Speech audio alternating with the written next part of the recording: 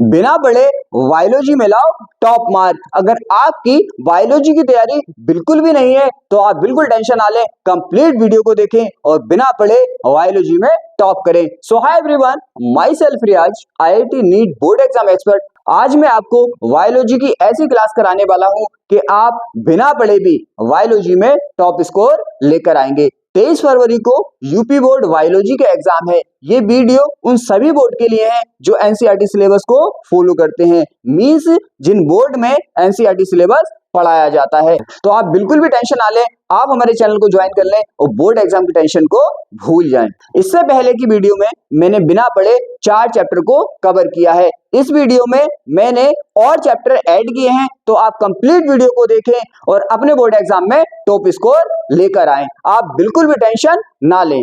इसी तरह हम आपको फिजिक्स में, केमिस्ट्री में भी बिना पढ़े टॉप स्कोर दिलाएंगे। तो आप फिजिक्स और केमिस्ट्री की टेंशन को भूल जाएं। कहने का मीन्स ये है, आप हमारे चैनल को ज्वाइन कर लें और बोर्ड एग्जाम की कंप्लीट टेंशन को भूल जाएं। चाहे वो फिजिक्स है, चाहे वो केमिस्ट्री है, चाहे वो बायोलॉजी है, चाहे वो मैथ है, तो आप बिल्कुल भी टेंशन ना लें। हम आपके लिए ऐसा कंटेंट प्रोवाइड करा रहे हैं कि आपको कुछ भी नहीं पढ़ना पड़ेगा और आप टॉप मार्क लेकर आओगे। और ऐसे स्टूडेंट जो टॉपर लेवल के हैं उनको भी हम लगातार कंटेंट प्रोवाइड करा रहे हैं। जो आपके बोर्ड एग्जाम 2026 में आने वाले क्वेश्चन हैं सभी को हम प्रोवाइड करा रहे हैं। अब हम देखने वाले हैं कंप्लीट वीडियो को 1 बाय 1। अब हम देखने वाले हैं कंप्लीट क्लास को। यहाँ पे आपको किसी बुक की, किसी नोट्स की कोई भी जरूरत नहीं पड़ेगी। आप बिना पढ़े शानदार स्कोर लेकर आएंगे। मैं यहाँ पे क्वेश्चन से ही आंसर निकलवाने वाला हूँ, आप बिल्कुल भी टेंशन ना लें। हम देखने वाले हैं यहाँ पे बहुत ही हाईएस्ट टेक्नोलॉजी। तो अब हम बात करने वाले हैं 1 बाय 1। पहले हम बात करेंगे चैप्टर जनरल स्वास्थ्य की। तो यहाँ पे उसने बोला है जनसंख्या विस्फोट एवं जन्म नियंत्रण पर निबंध लिखिए। आप देखो इसका आंसर कैसे निकालना है हमें। जनसंख्या का मीन्स, जनसंख्या विस्फोट का मीन्स होता है तेजी से बढ़ना, तेजी से बढ़ना। तो कहने का मीन्स ये है, हमारे क्वेश्चन ने ही आंसर बता दिया। ये क्या बोल रहा है, ये बोल रहा है जनसंख्या का तेजी से बढ़ना। ठीक है, अब हम देखो इसी से आंसर निकाल देंगे। हेडिंग डालेंगे जनसंख्या विस्फोट। अब लिखेंगे हम, हमारे देश में हमारी जनसंख्या बहुत तेजी से बढ़ रही है, इसी को हम जनसंख्या विस्फोट कहते हैं। हमें अपनी जनसंख्या पे नियंत्रण करना चाहिए, नहीं तो इसी तरह से जनसंख्या बढ़ती रही तो हम पर बहुत ही बुरा प्रभाव इसका होने वाला है। जनसंख्या का बढ़ना बहुत ही नुकसानदायक हमारे लिए हो सकता है, इसीलिए जनसंख्या को बहुत तेजी से नहीं बढ़ाना चाहिए। जनसंख्या विस्फोट हमारे लिए बहुत ही हानिकारक है। देखो ये नॉर्मल सी बातें होती हैं, ये क्या होती है, ये नॉर्मल सी बातें होती हैं और इनको आपको अपनी लैंग्वेज में लिख देना है जैसे मैं बता रहा हूं। कुछ भी याद यहाँ पे नहीं करना है, मैं पूरी बुक के ऐसे ही आंसर निकलवाने वाला हूं। देखो यहाँ पे क्या है, हमें सबको पता है कि जनसंख्या बढ़ने से कितने ज्यादा यहाँ पे लॉस हो सकते हैं, है? तो आपको यहाँ पे बिना पढ़े मेरी टेक्नोलॉजी का यूज करके आंसर निकालने हैं। फिर आगे बोला है उनने क्या, जन्म नियंत्रण। जन्म का मीन्स तो जन्म हो गया और नियंत्रण का मीन्स होता है कंट्रोल करना। ठीक है, तो अगली हेडिंग डाली आपने जन्म नियंत्रण। हेडिंग डाली, हम लिखेंगे कि हमारी जनसंख्या बहुत तेजी से बढ़ रही है, इसीलिए हमें इसको कंट्रोल करना बहुत आवश्यक है। अगर हमारी जनसंख्या इसी तरह से बढ़ती रही तो हमें आने वाले समय में बहुत बड़ा नुकसान हो सकता है। जनसंख्या के तेजी से बढ़ने से हमें बेरोजगारी की समस्या हो रही है और भी अनेक प्रकार की समस्याएं हो रही हैं। फिर आपको लिख देना है जन्म नियंत्रण के निम्नलिखित उपाय हैं। बस जन्म नियंत्रण के निम्नलिखित उपाय हैं। फिर आपको पहला हेडिंग डालना है यहाँ पे कंडोम। देखो यहाँ पे क्या है, यहाँ पे क्या है, कंडोम है, यहाँ पे नसबंदी है, यहाँ पे गर्भनिरोधक गोली है, ये सब जानते हैं। तो पहले हेडिंग डालनी है आपको कंडोम। यहाँ पे लिखना है स्त्रियों को और पुरुषों को कंडोम का इस्तेमाल करना चाहिए, इससे हम अपनी जनसंख्या पे नियंत्रण कर सकते हैं। जनसंख्या नियंत्रण करने का ये बहुत ही मुख्य उपाय है। तो ऐसे ही आप बना बना के यहाँ पे लिख सकते हैं। इसको कौन नहीं जानता, तो यहाँ पे मैं ऐसे आंसर निकलवाने वाला हूँ, आप बिना पढ़े उसको लिख देंगे, बात खत्म। फिर आता है इसी तरह से नसबंदी। तो नसबंदी में क्या लिखेंगे? लिखेंगे भाई पुरुषों को और स्त्रियों को नसबंदी करानी चाहिए। नसबंदी कराने से हमारी जनसंख्या पे नियंत्रण होता है। नसबंदी जनसंख्या को रोकने के लिए बहुत ही मुख्य उपाय है। इसको स्त्री व पुरुषों को अपनाना चाहिए, जिससे हमारी जनसंख्या कंट्रोल में आएगी। सिंपल सी बात है। इसी तरह से आपको बना बना के यहाँ पे लिख देना है। ये होती है टेक्नोलॉजी। एक वर्ड हमें पता है, फिर हम उसकी पूरी हिस्ट्री निकाल के यहाँ पे रख देंगे, क्योंकि यहाँ पे मैं वो बातें बताने वाला हूँ जो आपको पता है। तो इस क्वेश्चन में जो मैंने बातें बोली हैं, कौन सी बात ऐसी है जो तुमको पता नहीं है? बस आपको ये पता नहीं था कि आंसर ऐसे भी दिया जा सकता है। बात खत्म। फिर आता है गर्भ निरोधक गोलियां। तो आपको लिख देना सी सी बात है, महिलाओं को गर्भ निरोधक गोलियों का इस्तेमाल करना चाहिए। इनके इस्तेमाल से जनसंख्या पर बहुत ही अच्छे से नियंत्रण किया जा सकता है।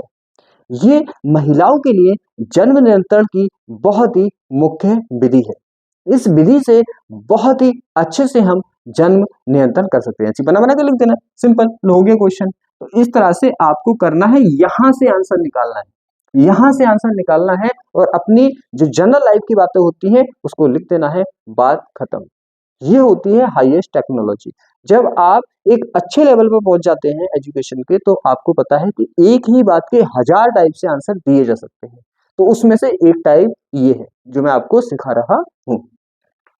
आगे आता है भारत में परिवार। परिवार का मीन्स परिवार नियोजन का मीन्स होता है लिमिटेड। Limited limited. तो यहाँ पे ये बोल रहा है कि भारत में भाई परिवार लिमिटेड की आवश्यकता क्यों है? यहाँ पे भारत में परिवार लिमिटेड क्यों रखना चाहिए? इसकी विधियों का वर्णन कीजिए, ये उसने पूछा है। अब आपको पता है भाई, यहाँ पे भारत में जनसंख्या बढ़ने से कितनी दिक्कतें आ रही हैं, बेरोजगारी कितनी ज्यादा हो रही है, और अब तो अपना देश चाइना से भी आगे फर्स्ट नंबर पे अपना देश है। तो ये बातें सबको नॉर्मल पता है। तो दिक्कत क्या आ रही है? बस अर्थ निकालो यहाँ पे और लिख दो। यहाँ पे देखो, परिवार का मीन्स परिवार और नियोजन का मीन्स लिमिटेड है। परिवार को लिमिटेड रखने की आवश्यकता क्यों है भारत में? हेडिंग डाली हमने, भारत में परिवार नियोजन की आवश्यकता। अब लिखेंगे हम, भारत में जनसंख्या बहुत ही तेजी से बढ़ रही है। जनसंख्या के बढ़ने से हमारे देश में बेरोजगारी बहुत ज्यादा हो रही है। बेरोजगारी के साथ और भी बहुत सारी समस्याएं हमारे देश में जनसंख्या वृद्धि से हो रही है। इसीलिए भारत में परिवार नियोजन बहुत आवश्यक है। अगर परिवार नियोजन नहीं हुआ तो इसी तरह से हमारे देश में जनसंख्या बढ़ती रहेगी, परेशानियां बढ़ती रहेंगी और एक दिन हमारा देश बहुत नीचे आ जाएगा। इसीलिए भारत में परिवार नियोजन करना बहुत आवश्यक है। हमें इस पर ध्यान देना चाहिए। यहाँ पे हमें मुख्यतः फोकस करना चाहिए। तो ऐसे लिखना बना के भाई, इसमें कौन सी दिक्कत आ रही है? छुट्टी। यहाँ पे इसकी विधियां ये लिख देना है। कहने का मतलब ये है कि यहाँ पे जन्म नियंत्रण, ठीक है, से रिलेटिव कोई भी क्वेश्चन आना है आपको ये लिख देना, ठीक है। बाकी मैं यहाँ पे करा रहा हूँ। आगे हम बात करें यहाँ पे भाई चिकित्सीय सहगर्भता समापन। देखो आंसर कैसे निकालना है। चिकित्सा सबको पता होता है, सहगर्भता का गर्भ उठा लो, गर्भ, और समापन का मीन्स होता है समाप्त करना, समाप्त करना। तो देखो क्वेश्चन ने ही आंसर बता दिया। यहाँ पे आपको किसकी बात बतानी है? चिकित्सा से गर्भ को समाप्त करना, इसकी बात बतानी है यहाँ पे आपको। तो आपको हेडिंग डाल देनी है यहाँ पे चिकित्सीय सहगर्भता समापन। आपको लिख देना है कि चिकित्सा से गर्भ को समाप्त किया जाना ही चिकित्सीय सहगर्भता समापन कहलाता है।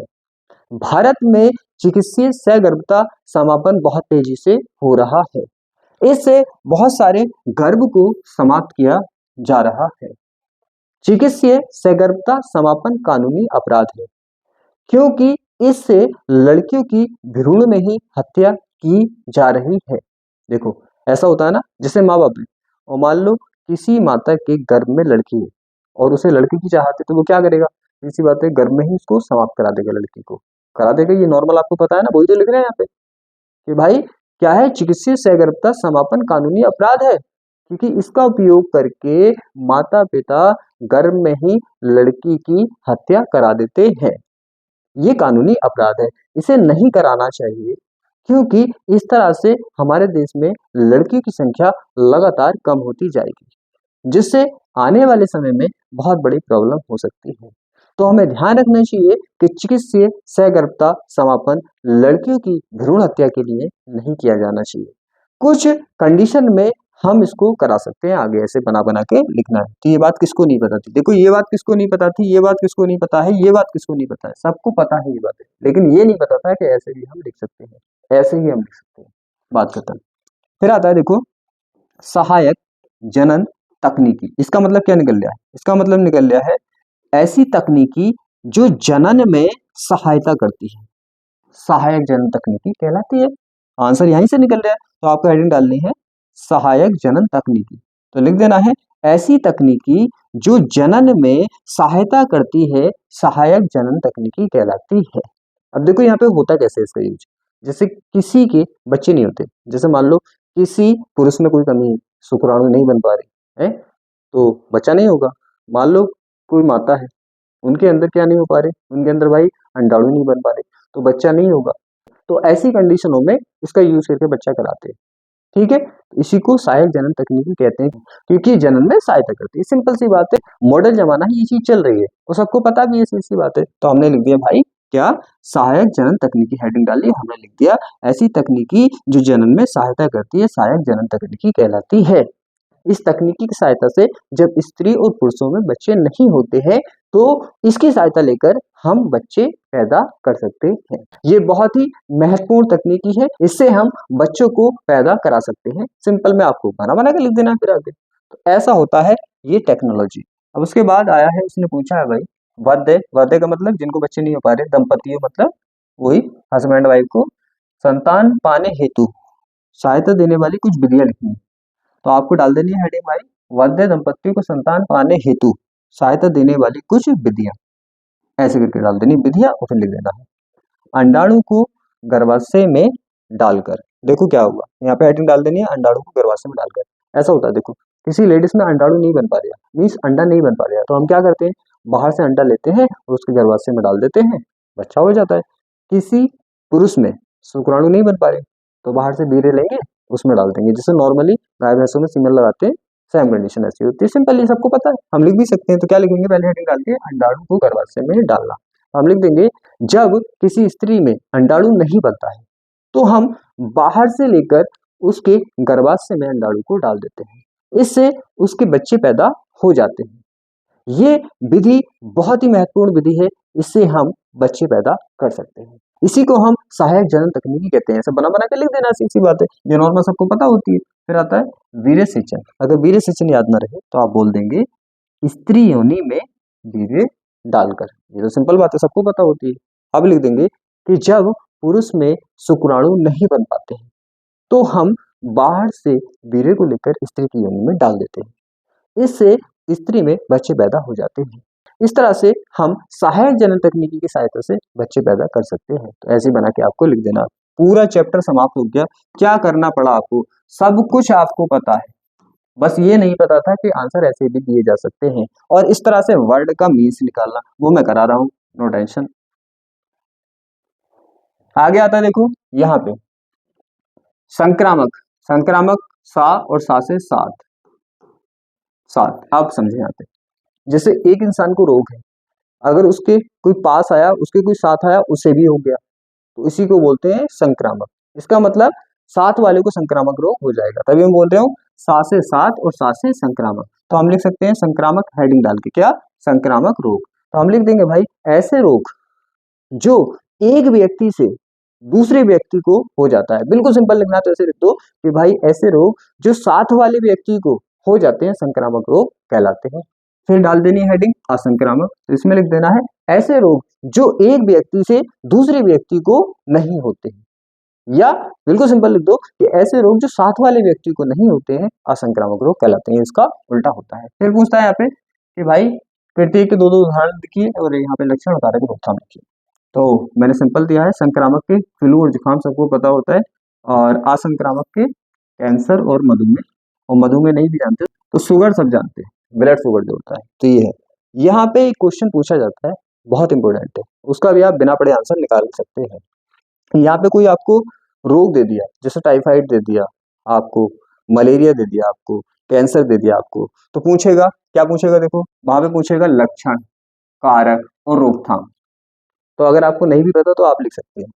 देखो यहाँ पे लिखेंगे आप कारक, कारक मीन्स किस कारण से हो रहा है, फिर लक्षण, लक्षण क्या क्या आते हैं इससे, और फिर रोकथाम। तो किसी का भी आप आंसर लिख सकते हैं। देखो कारक, रोग होगा रोगाणु से, रोग किससे होगा भाई, रोगाणु से होगा, रोगाणु का मतलब होता है रोग करने वाला।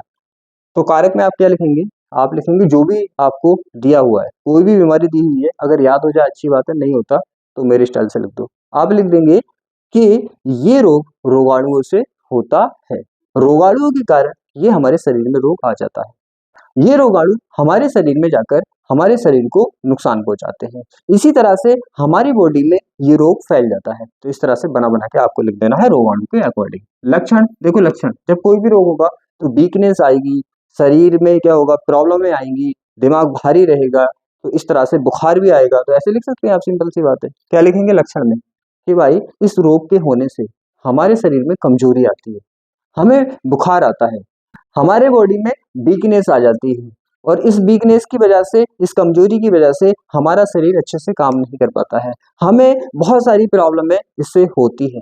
तो ऐसे बना बना के आपको लिख देना है। आपको पता है भाई कोई भी बीमारी होगी तो वीकनेस, कमजोरी और चक्कर आना, सर में दर्द होना, बुखार आना नॉर्मल सी बात है, वो लिख देंगे। रोकथाम, रोकथाम में लिख देंगे कि भाई हमें ऐसे व्यक्ति के पास नहीं जाना चाहिए जिन्हें ये रोग हो, या हमें ऐसी जगहों पर नहीं जाना चाहिए जहाँ पे ये रोग फैलते हैं। तो हमें अपनी साफ सफाई का ध्यान रखना चाहिए, ऐसे स्थानों से बचना चाहिए जहाँ पे इसके रोगाणु पाए जाते हैं। ऐसे सिंपल में आप बना के किसी का भी लिख सकते हैं। अगर आप देखना चाहें तो देख सकते हैं, इसका ओनली कारक क्या होता है, और नहीं देखना चाहें तो अपना ये टेक्निक है, बात खत्म। फिर आता है व्यसन। व्यसन से आप क्या समझते हैं, तो व्यसन का मतलब होता है नशे की आदत पड़ना, इसकी नशे की आदत।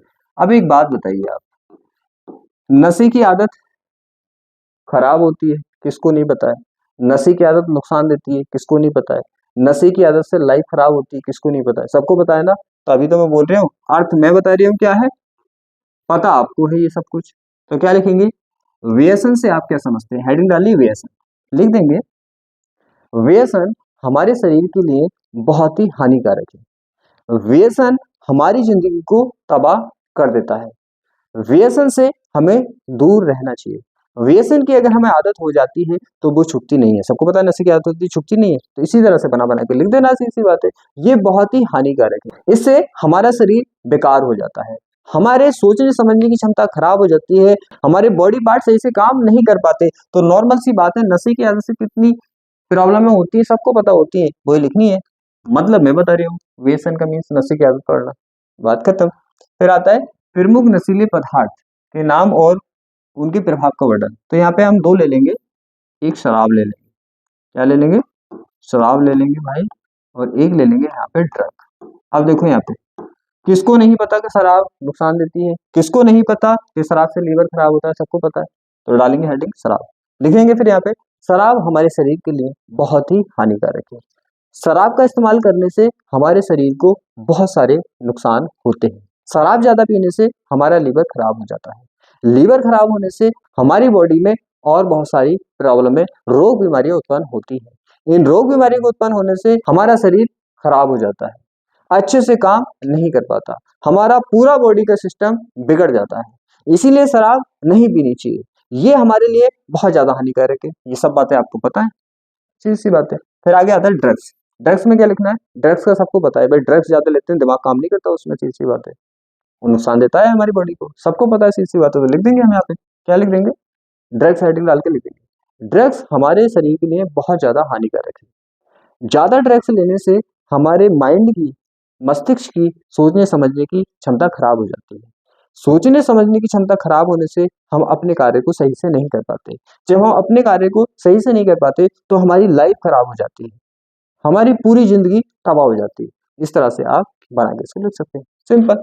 तो सब कुछ आपको पता है, सब कुछ आपको पता है, बस मैं आपको बता रहा हूं कि करना कैसे है, एक एक बात आपको पता है ये। फिर आता है प्रतिरक्षा तंत्र। देखो पृथ्वी का उठा लो, यहाँ पे पृथ्वी को छोड़ दो, रक्षा उठा लो, तंत्र सिस्टम सब जानते हैं आज की डेट में, सिस्टम, इसका कैसा सिस्टम चल रहा है। होता ये है कि हमारी बॉडी के अंदर एक रक्षा करने वाला सिस्टम होता है, रक्षा करने वाला सिस्टम होता है। देखो कैसा होता है, जैसे हमारी बॉडी के अंदर कोई भी रोग बीमारी पैदा करने वाला कोई रोगाणु जाता है, तो हमारे अंदर हमारी बॉडी में उस रोगाणु से रक्षा करने के लिए एक सिस्टम होता है, उसे बोलते हैं प्रतिरक्षा तंत्र, मतलब रक्षा करने वाला तंत्र होता है। सीधी सी बात है, तो हम लिख देंगे हमारे शरीर में रोगाणुओं से रक्षा करने के लिए एक तंत्र होता है जिसे प्रतिरक्षा तंत्र कहते हैं। ये प्रतिरक्षा तंत्र हमें रोग बीमारी से बचाता है। अगर हमारे शरीर में प्रतिरक्षा तंत्र खराब होगा तो ये रोग बीमारियों से हमें नहीं बचा पाएगा, और रोग बीमारियों से हमें नहीं बचा पाएगा तो हमारे शरीर में नई नई तरह की रोग बीमारियां उत्पन्न होंगी, जिससे हमारा शरीर खराब हो जाएगा, हम सही से अपने कार्य को नहीं कर पाएंगे, हमारा स्वास्थ्य खराब हो जाएगा। इसीलिए अच्छी प्रतिरक्षा तंत्र का होना हमारे लिए बहुत आवश्यक है। इस तरह से आप इसको लिख सकते हैं। ये बातें जो मैंने बताई किसको नहीं पता, सबको पता है, तो ऐसे नॉर्मली लिखना आपको बिना कुछ किए। अब देखो टीकाकरण, टीकाकरण सबको पता है, टीकाकरण सबको पता है, आप सबको पता है कि भाई किसी भी बीमारी के लिए, रोग के लिए टीका लगवाया जाता है। जब वो टीका लग जाता है तो वो बीमारी कभी नहीं होती आपको, ये सबको पता है ना, पता है, बात खत्म। फिर हम हेडिंग डालेंगे टीकाकरण, डालेंगे कि भाई टीकाकरण हमारे शरीर के लिए बहुत आवश्यक है, टीकाकरण हमें आवश्यक रूप से कराना चाहिए, क्योंकि जब टीकाकरण होता है तो उससे संबंधित बीमारी हमें कभी भी नहीं होती है। तो टीकाकरण हमारे शरीर के लिए बहुत आवश्यक है। अलग अलग बीमारियों के लिए फिर तो बना के लिखना आपको, अलग अलग बीमारियों के लिए अलग अलग तरह से टीकाकरण कराया जाता है। टीकाकरण रोग बीमारियों से बचने के लिए महत्वपूर्ण उपाय है। इस तरह से आपको यहाँ पे बना के लिखना, सी बात है। फिर उसके बाद आता है, देखो रक्षा का मीन्स, प्रतिरक्षा में से रक्षा निकाल लो तो रक्षा हो गया, सहज का मीन्स आसानी से, इसका मतलब ये हुआ कि ऐसी रक्षा जो हमें आसानी से मिल जाती है, तो क्या बोलते हैं, सहज प्रतिरक्षा। अब एक बात बताइए, सबसे ज्यादा आसानी से कौन सी चीज मिलती है आपको, जब आप पैदा हुए और पैदा होने के साथ ही वो आपको चीज मिल गई, तो उससे ज्यादा आसानी से तो हो ही नहीं सकता।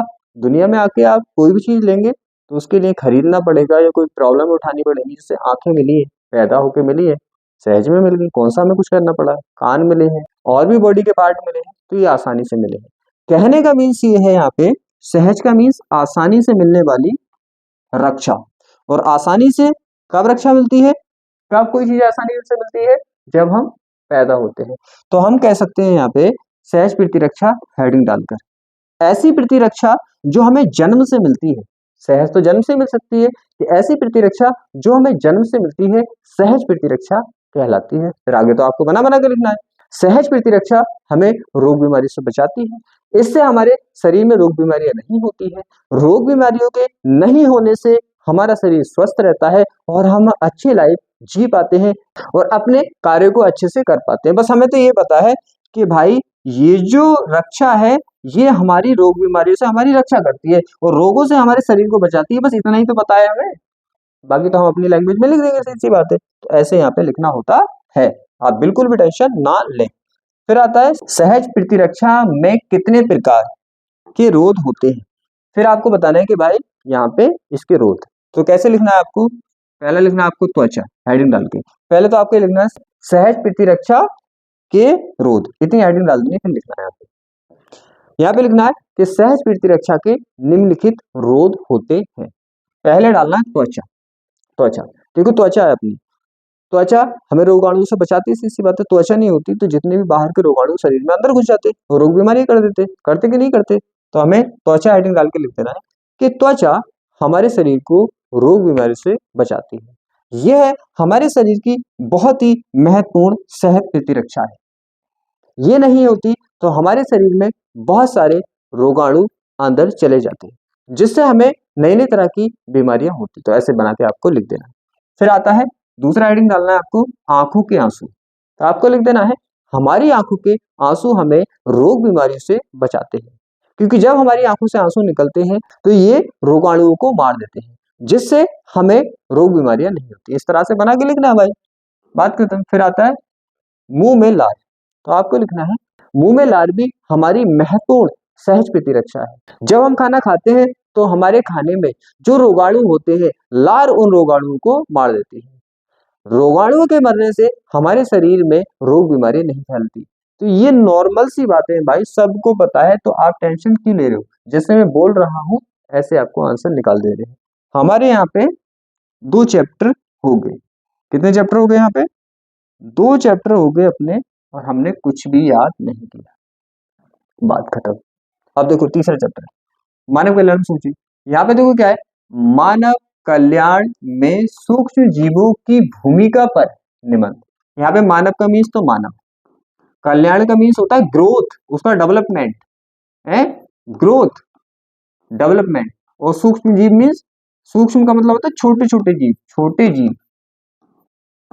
इसका मतलब ये हुआ कि भाई देखो, एक तो होते हैं बड़े जीव जैसे अपने बड़े जीव, एक होते हैं आपने देखा बहुत छोटे छोटे जीव जो आंखों से भी नहीं दिखते, ऐसे भी जीव होते हैं। तो उनकी बात चली छोटे छोटे जीव होते हैं, ठीक है, कुछ दिखते हैं आंखों से कुछ नहीं दिखते, तो बहुत छोटे छोटे जीव भी होते हैं। तो सूक्ष्म जीवों की बात चल रही है, मतलब छोटे छोटे जीवों की बात चल रही है। तो यहाँ पे क्वेश्चन खुद बता रहा है कि भाई मानव के ग्रोथ में छोटे जीवों की क्या भूमिका है। भूमिका मतलब योगदान क्या है, कैसे ये मानव के ग्रोथ को बढ़ा रहे हैं।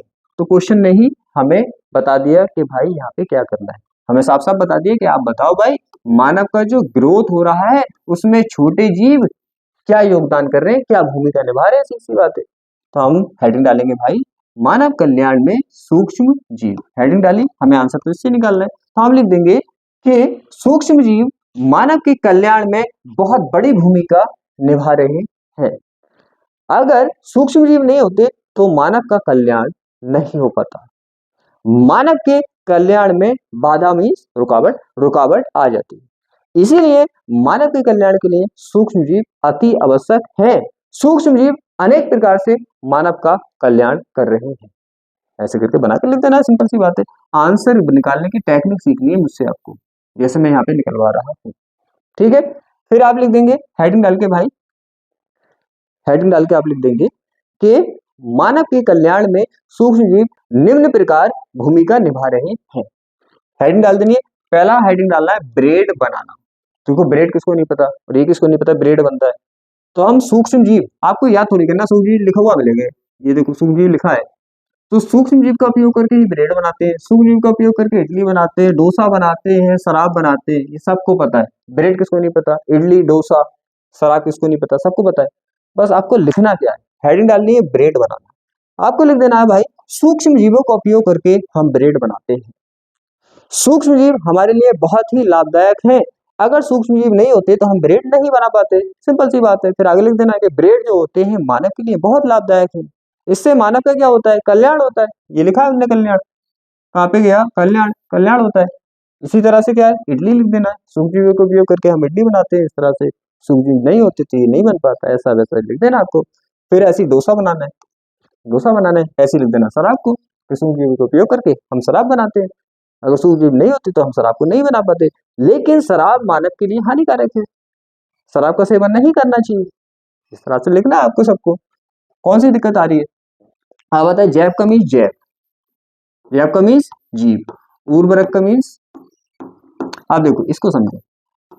देखो उर्वरक का मीन्स होता है खाद जो खेतों में डलता है, जैव का मीन्स जीव। तो ऐसा उर्वरक जो जीवों से बना है, और कौन से जीवों से बना है लिख भी रखा है, देखो सूक्ष्म जीवी का मतलब जीव, इसका मतलब ये किससे बना है, सूक्ष्म जीव से, सूक्ष्म जीव से। तो हमें मतलब साफ पता चल गया। यहाँ पे बात चल रही है भाई जीवों से जो उर्वरक बना है उसकी, बात खत्म। और कैसे जीव, सूक्ष्म जीव। सूक्ष्म जीव याद नहीं भी रहता तो हमें ये तो पता है ना कि ऐसे उर्वरक की बात चल रही है जो जीव से बना है, बात खत्म। अब तो हम लिख ही देंगे, सीधी बात है। पहले हेडिंग डालेंगे जैव उर्वरक, हेडिंग डाली, लगाया क्रॉस, लिख दिया क्या, जैव उर्वरक सूक्ष्म जीवों से बनता है। ये फसलों के लिए बहुत ज्यादा लाभदायक होता है, किसान इसका उपयोग करते हैं। जैव उर्वरक का उपयोग करने से फसलों की पैदावार बढ़ जाती है, सबको पता है उर्वरक यूज करोगे पैदावार ही बढ़ेगी, सीधी सी बात है। फसलों की पैदावार बढ़ जाती है और फसलों की मात्रा बहुत अधिक पैदा होती है, जिससे किसान को बहुत लाभ होता है। जैव उर्वरक फसलों के लिए बहुत लाभदायक है। ऐसे बना बना के लिख देना आपको।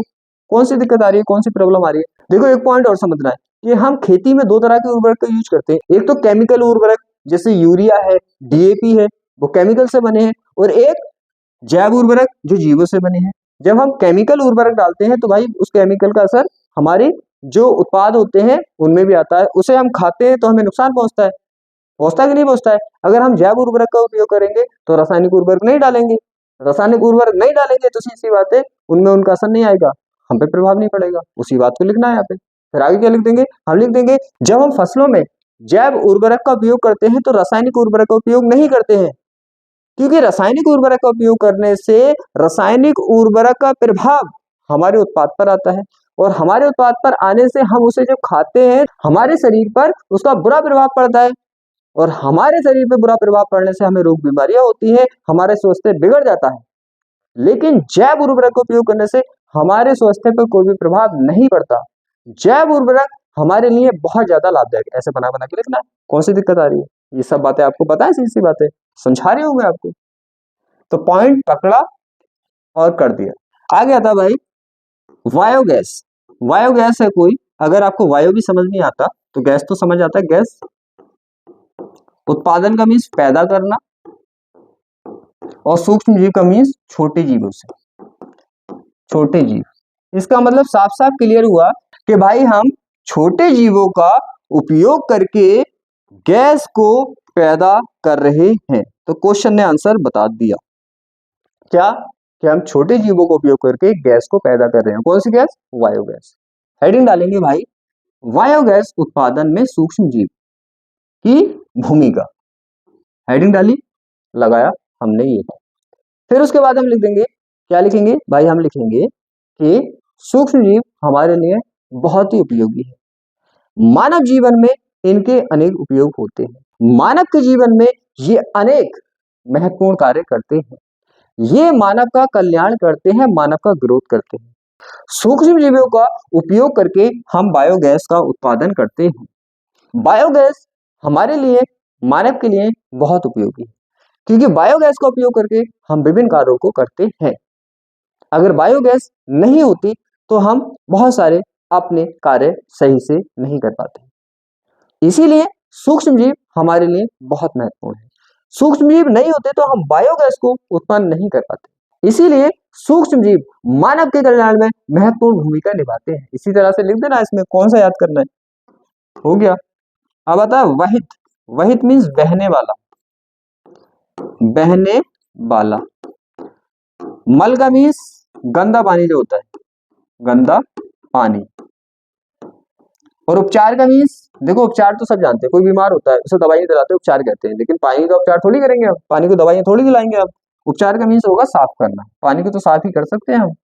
तो क्वेश्चन ने बता दिया कि भाई बहने वाले गंदे पानी को हमें साफ करना है, ये बता दिया हम। सिंपल, हमें पता चल गया। अगर हमें ये पता चल गया तो अब हम लिख देंगे इसको, अब हमें कोई भी टेंशन नहीं है। क्या पता चला हमें भाई यहाँ से, कि बहने वाले गंदे पानी को हमें साफ करना है। अब हमने हेडिंग डाल दी वहित मल उपचार, हेडिंग डाली और इसमें लिखा। आपने देखा होगा कि बड़े बड़े शहरों में नाले होते हैं और नालों में बहुत सारा गंदा पानी होता है कि नहीं होता है।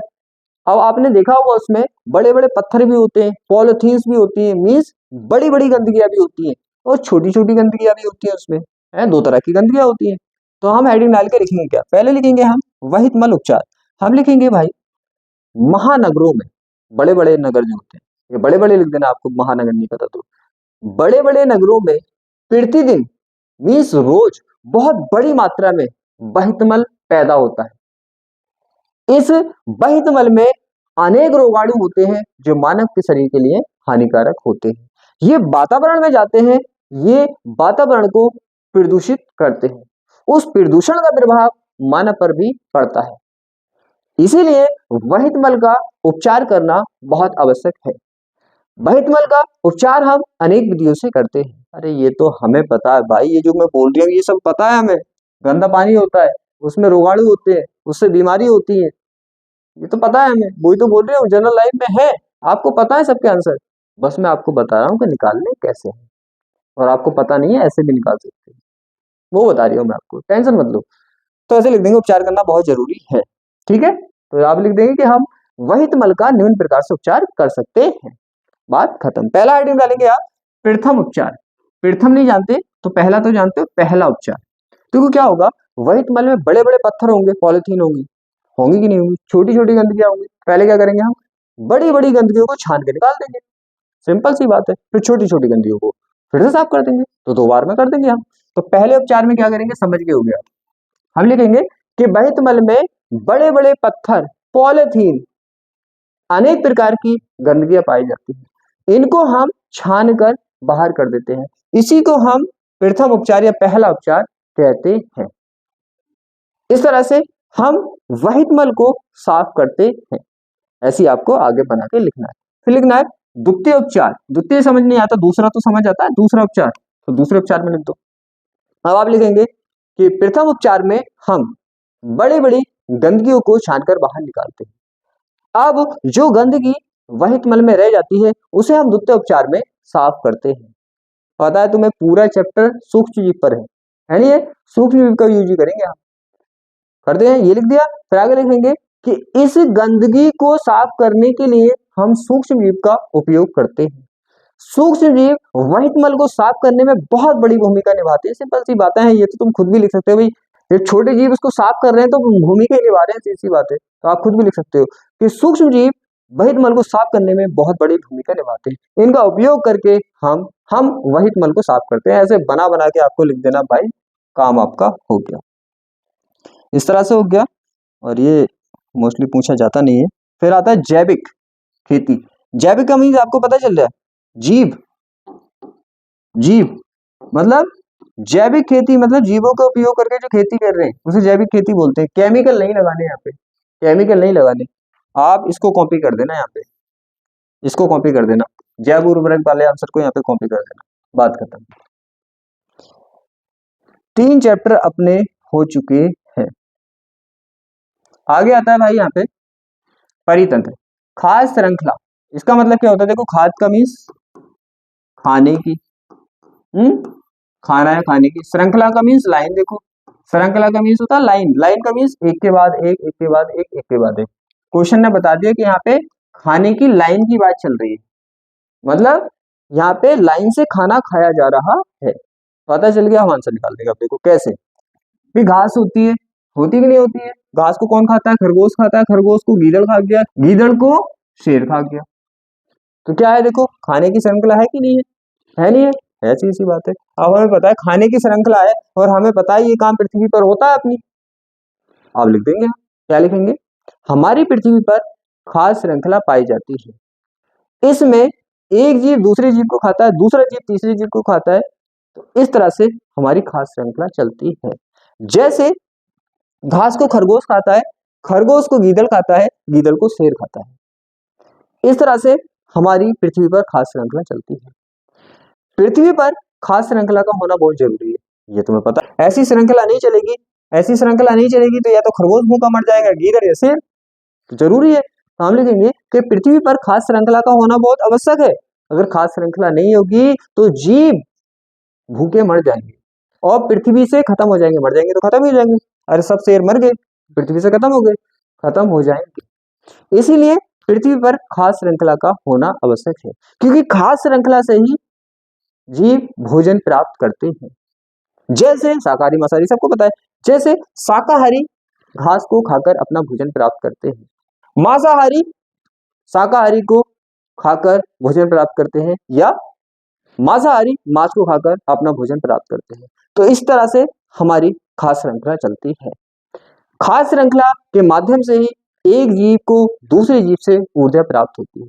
उस ऊर्जा का उपयोग करके वो अपने कार्य को संपन्न करता है। ऐसे बना के लिखना है भाई। कहाँ की दिक्कत आ रही है इसमें, कोई भी दिक्कत नहीं, ये बात हमें पता है, ये बात बिल्कुल पता है हमें। मैं तो याद दिला रहा हूँ आपको कि ऐसे लिखना। आपको पता नहीं है, आपको पता है, ऐसी बात है। खाद्य श्रृंखला नहीं होगी तो ऊर्जा कैसे मिल जाएगी भाई, जब ये इसको खाएगा ही नहीं तो ऊर्जा आएगी कहाँ से। वही बातें लिख रहे हैं जो आपको पता है। अब आते हैं परिस्थिति तंत्र में ऊर्जा प्रवाह, बिल्कुल सेम है। ऊर्जा का मीन्स ऊर्जा, प्रवाह का मीन्स होता है बहना, बहना। तो ऊर्जा बह रही है, देखो ऊर्जा बह रही है। पहले घास में थी, बहकर खरगोश में पहुंची, इसने इसे खाया, बहकर इसमें पहुंची, बहकर इसमें पहुंची। तो उसने पूछा है पारिस्थितिकी तंत्र। पहले आप पारिस्थितिकी तंत्र को समझ लो। सिंपल में अगर बोले, सिंपल में अगर बोले, सिंपल आपके लिए, सिंपल में अगर बोले, अपने चारों तरफ जो भी है वो पारिस्थितिकी तंत्र है। आप तो टेंशन ही खत्म कर दो, अपने चारों तरफ जो भी है वो पारिस्थितिकी तंत्र है। बात खत्म, नो दिक्कत नो प्रॉब्लम, बात खत्म। अब देखो ऊर्जा प्रवाह, तो आप क्या लिखेंगे, आप लिखेंगे भाई, आप लिखेंगे कि हमारे पृथ्वी पर हर जीव अपने भोजन के लिए दूसरे जीव पर निर्भर करता है। पृथ्वी पर जीव एक दूसरे को खाते हैं, एक दूसरे को खाते हैं, इससे वो अपना भोजन प्राप्त करते हैं। इस तरह से एक जीव से ऊर्जा दूसरे जीव में जाती है, दूसरे जीव से ऊर्जा तीसरे जीव में जाती है। शाकाहारी घास को खाकर ऊर्जा प्राप्त करता है, मांसाहारी शाकाहारी को खाकर ऊर्जा प्राप्त करता है। इस तरह से हमारी पृथ्वी पर ऊर्जा का प्रवाह होता रहता है, इसे ऊर्जा प्रवाह कहते हैं। अगर ऊर्जा प्रवाह नहीं होगा तो हमारी पृथ्वी पर बहुत बड़ी प्रॉब्लम हो सकती है। इस तरह से बना बना के लिख देना, ऐसी बात है। ऊर्जा की बात किसको नहीं पता, बिल्कुल सेम यही वाली बात यहाँ पे। फिर आता है पारिस्थितिकी तंत्र के घटक बताने हैं आपको। अब देखो मैंने बोला पारिस्थितिकी तंत्र, अपने चारों तरफ जो भी है सबको पारिस्थितिकी तंत्र मान लो। अब अपने चारों तरफ देखो क्या है, सजीव भी है और निर्जीव भी है। सजीव निर्जीव कौन नहीं जानता, सब जानते हैं, सजीव भी है और निर्जीव भी है। तो हम क्या लिखेंगे, पारिस्थितिकी तंत्र के घटक, हेडिंग डालेंगे पारिस्थितिकी तंत्र के घटक। तो हम लिखेंगे पारिस्थितिकी तंत्र में दो प्रकार के घटक पाए जाते हैं, सजीव घटक और निर्जीव घटक। ये दोनों घटक मिलकर, जब दो घटक है तो दोनों घटक मिलकर तो बना रहे होंगे ना, ये तो सिंपल पता है आपको। तो दोनों घटक मिलकर पारिस्थितिकी तंत्र का निर्माण करते हैं। अगर इसमें से एक भी घटक नहीं होगा तो पारिस्थितिकी तंत्र का निर्माण नहीं होगा। सीधी बात है, दोनों में से एक भी घटक का निर्माण थोड़ी हो जाएगा, निर्माण नहीं होगा। इसीलिए पारिस्थितिकी तंत्र के लिए सजीव घटक निर्जीव घटक दोनों बहुत ही आवश्यक है। ये दोनों मिलकर पारिस्थितिकी तंत्र को बनाते हैं। इस तरह से बना बना के लिख देना आपको भाई, कहाँ की दिक्कत आ रही है, ठीक है, ये लिख दिया, बात खत्म। आगे हमने हेडिंग डाली पारिस्थितिकी तंत्र के घटक, ठीक है। फिर आपको लिख देना है एक हेडिंग में सजीव घटक लिख देना है। पृथ्वी पर जितने भी सजीव पाए जाते हैं वो सजीव घटक बनाते हैं। ये सजीव पारिस्थितिकी तंत्र पर रहकर पारिस्थितिकी तंत्र के सजीव घटक बनाते हैं। इसमें बहुत से सजीव पाए जाते हैं, जैसे पेड़ पौधे, शाकाहारी, मांसाहारी, ये सब पारिस्थितिकी के सजीव घटक में आते हैं। इस तरह से आपको बना के लिख देना भाई, कोई भी दिक्कत नहीं। फिर आता है हेडिंग डालनी है आपको निर्जीव घटक, लिख देना है पारिस्थितिकी तंत्र में निर्जीव घटक भी बहुत महत्वपूर्ण होते हैं। इसमें देखो जल, मैंने बोला अपने चारों तरफ जो भी है वो पारिस्थितिकी है, तो अपने चारों तरफ जल भी है, अपने चारों तरफ सौर ऊर्जा भी है, सूरज की ऊर्जा भी है, अपने चारों तरफ जल भी है, अपने चारों तरफ मिट्टी भी तो है, मृदा भी तो है कि नहीं है, सब है अपने पास, है कि नहीं है। तो इन्हीं को लिखना है, जो भी निर्जीव अपने पास पाए जा रहे हैं, तो क्या ये लिखना है। तो ऐसे बोला मैंने, ऐसे लिख दिया। आगे लिखना है कि निर्जीव घटक में सौर ऊर्जा, जल, मृदा आदि और लगा देना, आदि का मतलब और भी है, आदि आते हैं। ये सभी पारिस्थितिकी तंत्र के लिए बहुत आवश्यक है, क्योंकि अगर जल नहीं होगा तो पारिस्थितिकी तंत्र समाप्त हो जाएगा, समाप्त हो जाएगा। जीव अपनी आवश्यकताओं को पूरा नहीं कर सकेंगे। ऐसे ही बना के लिख देना, ऐसी सौर ऊर्जा को लिख देना भाई ये बहुत आवश्यक है, ये चाहिए ऐसा, और मृदा बहुत आवश्यक है, ऐसा लिख देना। ये भी क्वेश्चन हो गया, कौन सी दिक्कत आ रही है। फिर पूछा हमने पारिस्थितिकी तंत्र कितने प्रकार के होते हैं। तो देखो जल को सब जानते हैं, जल और थल, स्थल मतलब जितना भी मिट्टी वाला पोर्शन है अपना, मिट्टी का जो भाग बना हुआ है पृथ्वी पर वो क्या है, स्थल, ठीक है। तो ये हो गया स्थल और ये हो गया जल। जल पे लगा दो जलीय और स्थल पे लगा दो स्थलीय। तो आप लिख देंगे भाई कि पारिस्थितिकी तंत्र दो प्रकार के पाए जाते हैं, जलीय पारिस्थितिकी तंत्र और स्थलीय पारिस्थितिकी तंत्र। फिर उसने पूछा है एक तालाब के पारिस्थितिकी तंत्र के विभिन्न घटकों का वर्णन कीजिए। देखो ये निर्जीव और सजीव, ये वाले घटक यहाँ पे ऐड कर देंगे, सिंपल, बात खत्म। फिर आता है ये लॉन्ग क्वेश्चन में आता है कि पारिस्थितिकी पिरामिड को परिभाषित कीजिए, जैव मात्रा, जैव भार तथा संख्या के पिरामिडों की उदाहरण सहित व्याख्या करनी। तो आप लिखेंगे, यहीं से लिखेंगे, देखो आप लिख देंगे कि जैव मात्रा, जैव भार और जीव संख्या को लेकर जो पिरामिड बनाए जाते हैं उसको हम पारिस्थितिकी पिरामिड कहते हैं। आप तो इसी से निकाल देंगे, अच्छा पारिस्थितिकी पिरामिड कहते हैं, ठीक है। फिर लिख देना आपको जैव मात्रा या जैव भार पिरामिड, हेडिंग डाल देनी है। आपको लिख देना है इसमें हम जीवों को उनके भार के अनुसार रखते हैं। इनके भार के अनुसार रखने से जो पिरामिड पाया जाता है उसे हम जैव भार पिरामिड कहते हैं। ऐसे करके आपको बना के लिख देना, ऐसी सी बात है, ऐसी संख्या पे लिख देना है कि भाई जब जीवों को हम उनकी संख्या के आधार पर रखते हैं तो इसको क्या बोलते हैं, इसको हम संख्या पिरामिड बोलते हैं। इसी तरह से आपको आगे बना के लिख देना है, सिंपल होता है, कोई भी दिक्कत नहीं है। ये भी चैप्टर समाप्त। आगे आता है हमारे चैप्टर जैव विविधता एवं संरक्षण। तो पहला क्वेश्चन ये पूछा है भाई कि जैव विविधता की परिभाषा लिखिए, इसके संरक्षण की 2 विधियों का उल्लेख कीजिए। जैव का मीन्स क्या होता है, जैव का मीन्स होता है जीव, और विविधता का मीन्स होता है बहुत प्रकार के।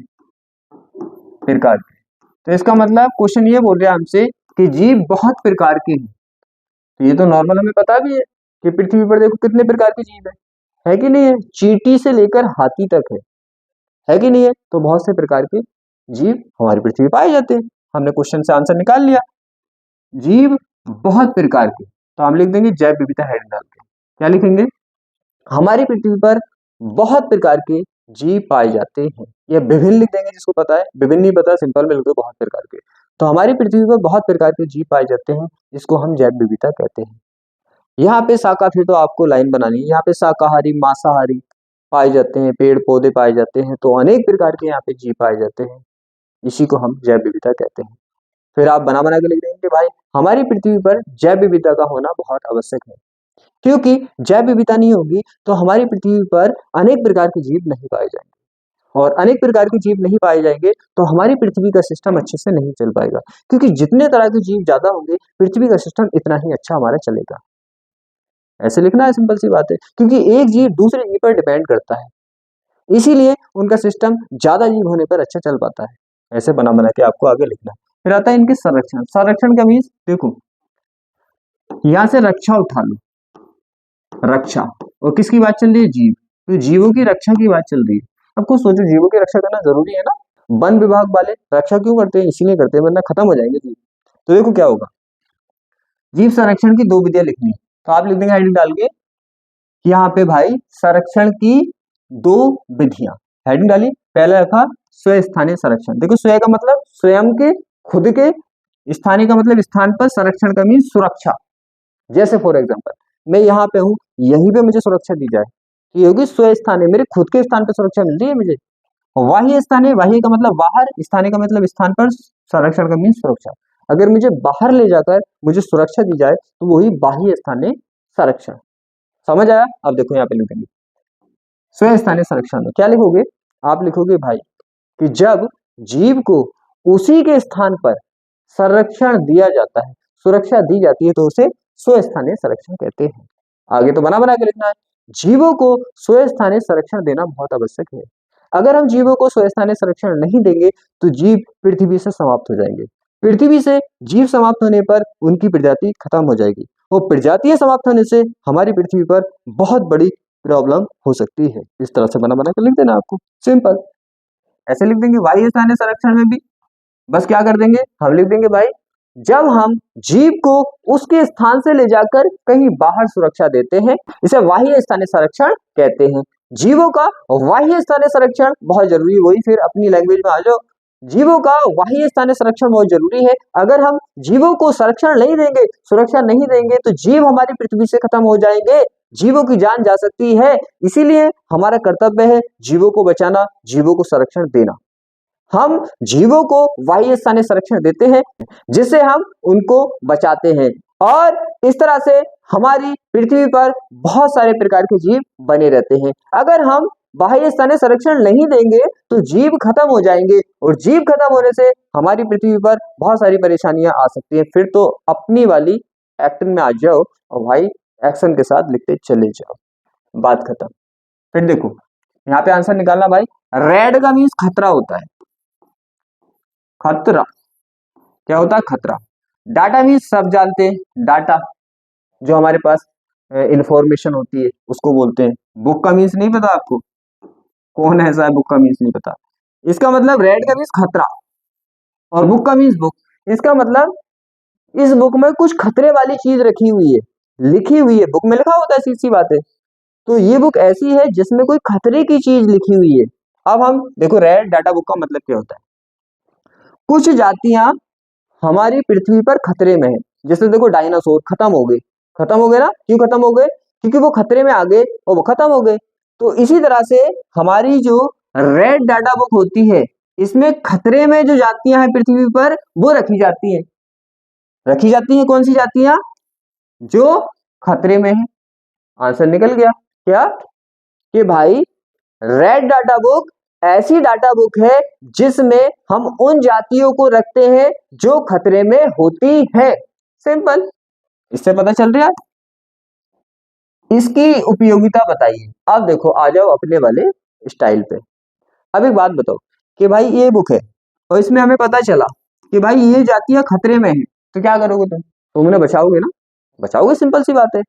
फिर आगे लिखेंगे इसकी उपयोगिता। हम क्या लिखेंगे कि रेड डाटा बुक से हमें पता चलता है कि पृथ्वी पर कौन कौन सी जातियां खतरे में है। जब हमें पता चलता है कि भाई पृथ्वी में कौन कौन सी जातियां खतरे में है, तो हम उन्हें संरक्षण देते हैं। कौन सा? वाह्य स्थानीय संरक्षण, स्वस्थानीय संरक्षण। इन संरक्षण की सहायता से हम उन खतरे वाली जातियों को बचाते हैं, जिससे वो हमारी पृथ्वी पर बनी रहे और खत्म ना हो। जातियां अगर खत्म हो गई तो हमारी पृथ्वी को बहुत बड़ा नुकसान हो सकता है। आगे ऐसे से बना बना के लिख देंगे। इसीलिए हमारा कर्तव्य बनता है कि हम उनको बचाएं। तो रेड डाटा बुक हमारे लिए बहुत उपयोगी है। ये बताती है कि कौन सी जाति खतरे में है, कौन सी जाति खतरे में नहीं है। जब हमें पता चलता है कि कौन सी जाति खतरे में है तो हम उनको सुरक्षा देते हैं। फिर आगे ऐसे लिखते जाओगे, नो टेंशन। क्वेश्चन छुपा है इसमें। देखो संकट मीन संकट, ग्रस्त मीन्स घिरी हुई। आपको पता है ग्रस्त, संकट ग्रस्त, प्रजातियां। आंसर निकल गया इसी से। संकट में जो जातियां प्रजातियां घिरी हैं, मतलब संकट से जो जातियां प्रजातियां घिरी हैं उन्हें कहते हैं संकटग्रस्त प्रजातियां। तो क्या लिखेंगे? हम लिखेंगे भाई ऐसी प्रजातियां जो संकट में घिरी हैं उसे संकटग्रस्त प्रजातियां कहते हैं। ये पृथ्वी पर बहुत ज्यादा संकट में है। संकट में होने के कारण कुछ समय के बाद ये पृथ्वी से खत्म हो सकती है। तो इन संकटग्रस्त प्रजातियों को हम सुरक्षा देते हैं। सुरक्षा देने के कई प्रकार हमारे पास होते हैं। स्वस्थानीय संरक्षण, बाह्य स्थानीय संरक्षण। बाह्य स्थानीय संरक्षण, अगर स्वस्थानीय संरक्षण बाह्य स्थानीय संरक्षण नहीं याद आए तो संरक्षण तो याद आ सकता है, तो बात खत्म। तो हम इन्हें कई प्रकार से सुरक्षा संरक्षण दे सकते हैं। इस संरक्षण की सहायता से हम इन जातियों को बचाते हैं, क्योंकि हर एक जाति पृथ्वी के लिए बहुत आवश्यक है। अगर संकटग्रस्त जातियां पृथ्वी से खत्म हो गई तो पृथ्वी को बहुत बड़ा लॉस हो जाएगा। इस लॉस से सभी जीवों को लॉस होता है, क्योंकि पृथ्वी पर जितनी जातियां अधिक होती हैं इतना ही लाभदायक होता है। ऐसे लिखना है, लो खत्म, बात खत्म। वन्य जीव, बहुत बढ़िया। वन्य का मीन्स वन और जीव का मीन्स जीव। पता चल गया हमें, वन वाले जीव की बात चल रही है। अब हमने क्या नहीं है इसका आंसर कैसे निकालना है, सीधी सी बात है, फिर तो अपने निकाल ही देते हैं। बस हमें तो पता चल जाए कि ये बोल क्या रहा है, वही तो सिखा रही हूँ मैं आपको। बस पता चल रहा बोल क्या रहा है, फिर तो बना बना के लिख देंगे हम। वन्य मीन्स वन, जीव मीन्स जीव। ऐसे करना है पेपर में आपको, वन्य मीन्स वन, जीव मीन्स जीव। अच्छा, ये वन वाले जीव की बात चल रही है, फिर तो हम स्टार्ट हो जाएंगे। देखो क्या ऐसे जीव उसने बोला है यहाँ पे, क्या वन्य जीव की परिभाषा। तो आप क्या लिखेंगे? पता चल गया अपनों को। अब हम लिखेंगे, देखो ऐसे जीव जो वन में पाए जाते हैं उनको वन्य जीव कहते हैं। हमारी पृथ्वी पर बहुत सारे वन हैं और इन वनों में अलग अलग प्रकार के जीव पाए जाते हैं, और इन जीवों का होना हमारी पृथ्वी पर बहुत आवश्यक है, क्योंकि जितने ज्यादा जीव होते हैं इतना ही हमारी पृथ्वी पर लाभदायक होता है। सिंपल सी बात है, ऐसे बना बना के लिख देंगे। फिर आता है संरक्षण की दो प्रमुख विधियां, तो मैं बता चुका हूँ, स्वस्थानीय संरक्षण और बाह्य स्थानीय संरक्षण। अब भाई हमें तो बस ये पता चल जाए जैव विविधता, हमें पता चल गया। अच्छा जी, जीव और विविधता का मतलब बहुत सारी प्रकार की, बस बात खत्म।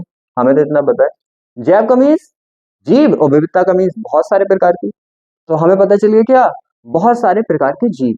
अब हम लिख देंगे, हमने लिखा भी तो था, देखो जैव विविधता।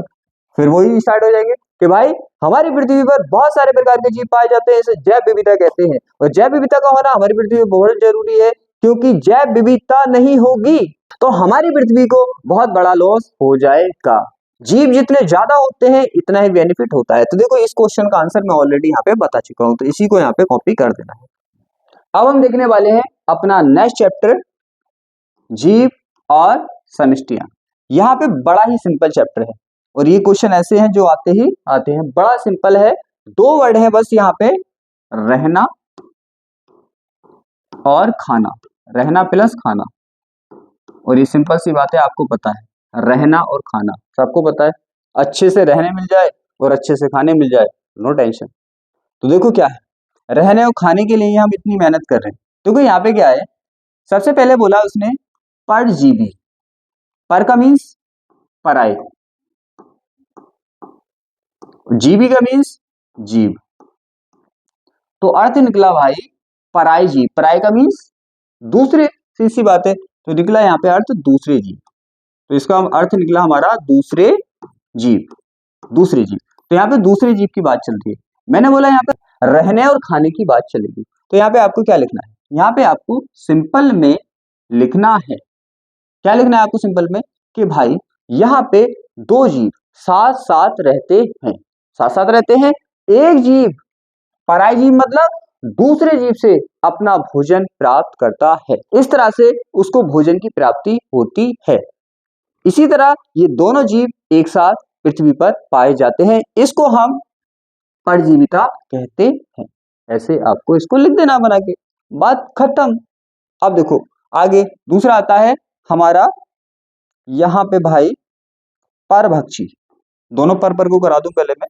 परभक्षी, पर मीन्स पराये और भक्षी मीन्स भस्म कर देना, भस्म करना है। भस्म का मीन्स खत्म कर देना, मार देना, मार देना। तो यहाँ पे देखो पराई जीव को मार देगा, दूसरे जीव को मार देगा। जब मारेगा जंगल में तो क्या करने के लिए मारेगा, खाने के लिए मारेगा, सिंपल सी बात है। तो यहाँ पे दूसरे जीव को इसने भस्म कर दिया, मीन्स मार दिया। तो यहाँ पे आप हेडिंग डालेंगे परभक्षी, परभक्षी, और लिख देंगे भाई इसमें एक जीव दूसरे जीव को मारकर खा जाता है, इसको हम परभक्षी कहते हैं। एग्जाम्पल डाल देंगे, सीधी सी बात है, शेर का सबको पता है, जैसे शेर, तो इसको हम परभक्षी कहते हैं। अब देखो एक का तो खाना हो गया और एक की मौत हो गई, तो सीधी सी बात है, एक को फायदा हो गया और एक को नुकसान हो गया, वो तो मारा गया। तो आप लिख देंगे इसमें एक जीव को फायदा होता है और दूसरे जीव को नुकसान होता है। ये हो गए दोनों। अब देखो सह का मीन्स साथ, सह का मीन्स साथ, आगे नहीं पता आपको क्या है, ये भोजी है, जीवन है, क्या है, बात खत्म। आपको तो लिख देना बस साथ, पता है आपको, सॉरी यहाँ पे साहा लिख दिया मैंने, साथ पता है आपको, तो इसका मीन्स साथ, सी बात है साथ, और साथ रह रहे हैं यहाँ पे जीव, क्योंकि यहाँ पे जीवों की बात चल रही है, सी बात है।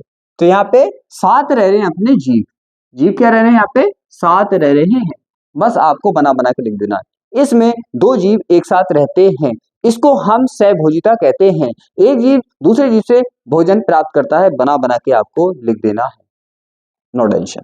आगे सहजीवन, सह का मीन साथ, सह का मीन साथ, और जीवन का मीन जीवन यापन, जीवन यापन,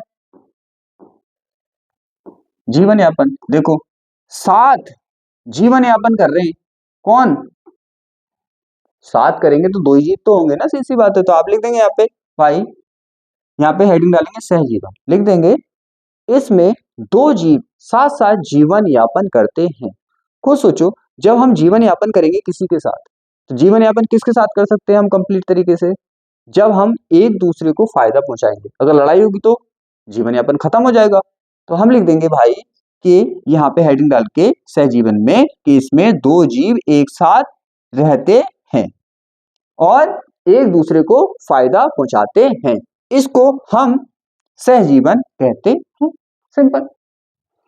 अब आगे देखो यहाँ पे है अंतर जातीय परजीविता, आपको तो परजीविता दिख जाए, यहाँ पे इसको ऐड कर दो, बात खत्म हो गया।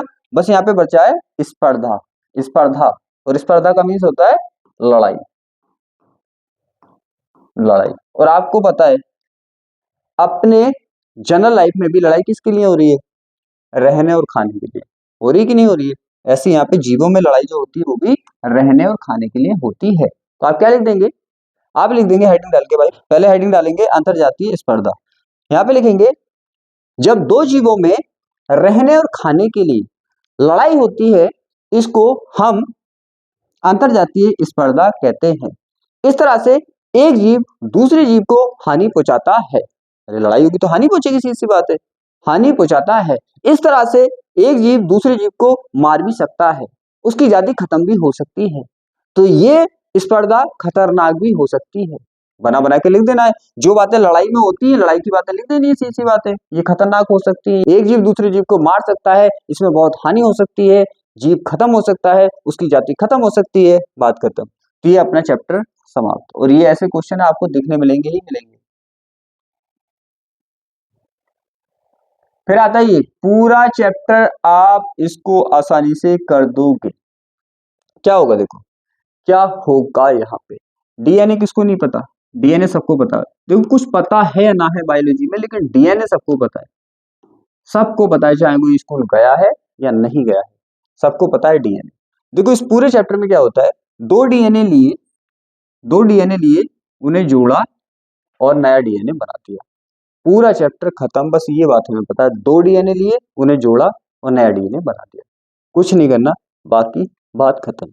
अब देखो आंसर कैसे निकालेंगे, इसी से आंसर निकालते हैं अपने दो। डीएनए पुनर्योगज तकनीकी का मानव हित में उपयोग बताइए। खुद बता दिया उसने भाई, पुनर्योगज तकनीकी जो है मानव के लिए उपयोगी है, पता चल गया। अब तो हम लिख ही देंगे, हेडिंग डाल देंगे भाई, डीएनए पुनर्योगज तकनीकी का मानव हित में उपयोग। हेडिंग डालिए और लिखेंगे कि भाई डीएनए पुनर्योगज तकनीकी मानव के लिए बहुत ही आवश्यक है, ये मानव को अनेक प्रकार से फायदे पहुंचाती है।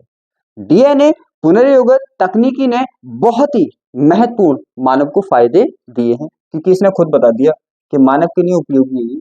हमने इसका ही पॉइंट पकड़ लिया और लिख दिया, नो टेंशन नो प्रॉब्लम। अब हेडिंग डालेंगे कि ये निम्नलिखित फायदे पहुंचाती है, निम्नलिखित फायदे पहुंचाती है। पहला हेडिंग डाल दी फसल,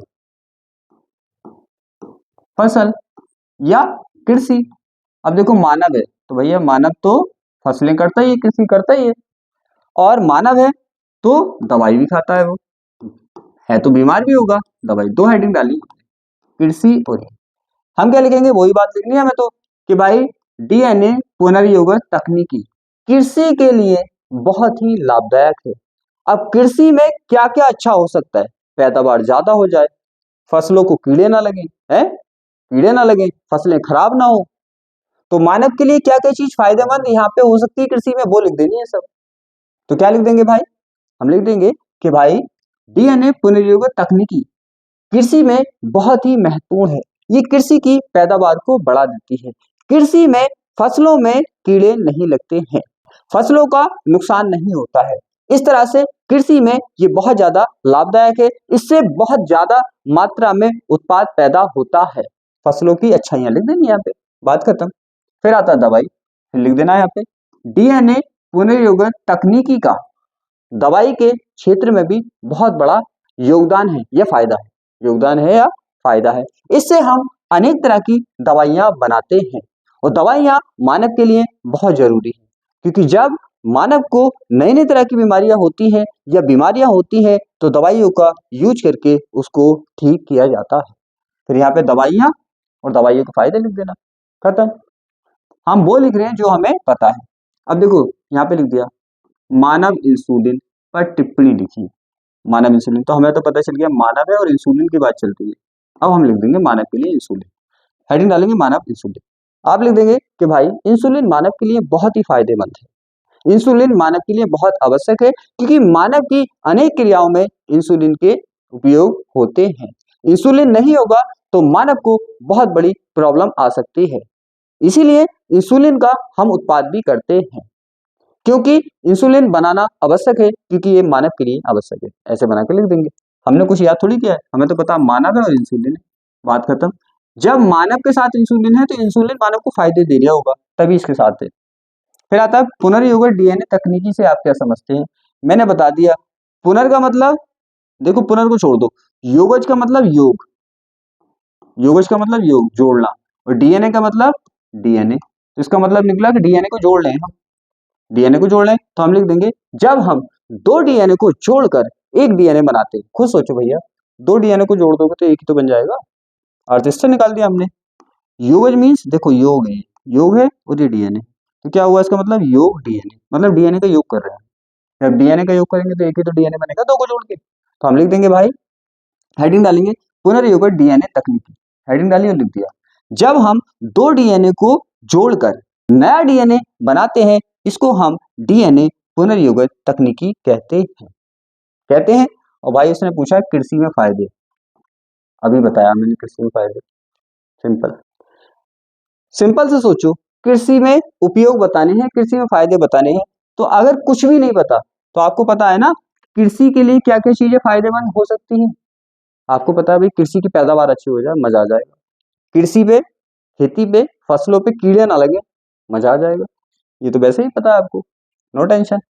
मैंने बोला हर एक आंसर आपको पता है, बायोलॉजी के आंसर आपको पता है, क्यों? क्योंकि आपकी लाइफ ही, आपकी जो लाइफ है वही बायोलॉजी में लिखी है, तो आपको हर एक चीज बायोलॉजी की ऑलरेडी पता है। बात करता हूँ, फिर आता है यहाँ पे जीन क्लोनिंग। देखो जीन का मतलब भी डीएनए होता है, जीन और डीएनए बात एक ही है, थोड़ा सा डिफरेंस है छोटे बड़े का, बात कुछ नहीं है, डीएनए ही है। आप डीएनए मानो उसको, ये डीएनए।